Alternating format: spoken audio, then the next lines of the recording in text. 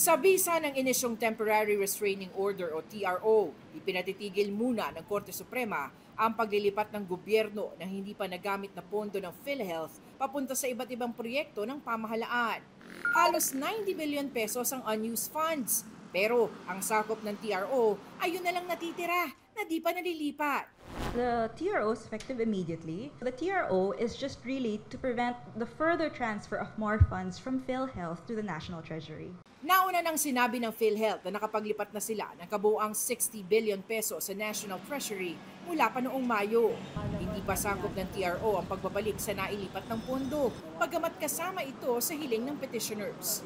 Kabilang sa kanila ang grupong Isang Bayan, Bayan Muna, at grupo ng medical professionals at concerned citizens at si Senate Minority Leader Coco Pimentel.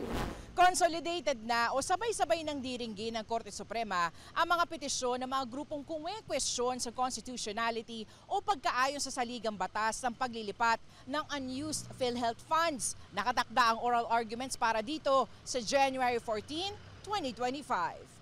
Ayon sa PhilHealth, susundin nito ang desisyon ng mataas na hukuman. Nakatuon pa rin sila sa pagbibigay ng proteksyong pangkalusugan sa pamamagitan ng mas maayos sa mga benefit package at availment policy.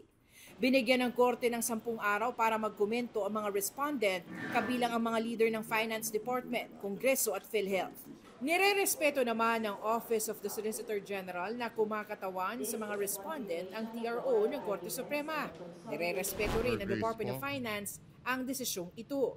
Ayon kay Finance Secretary Ralph Recto, tatalima raw sila agad dito at pinaghahandaan na ang pagharap sa oral argument sa Enero para bigyang linaw ang mga issue. Para sa GMA Integrated News, Sanima Refran, Ekatutok, 24 Oras.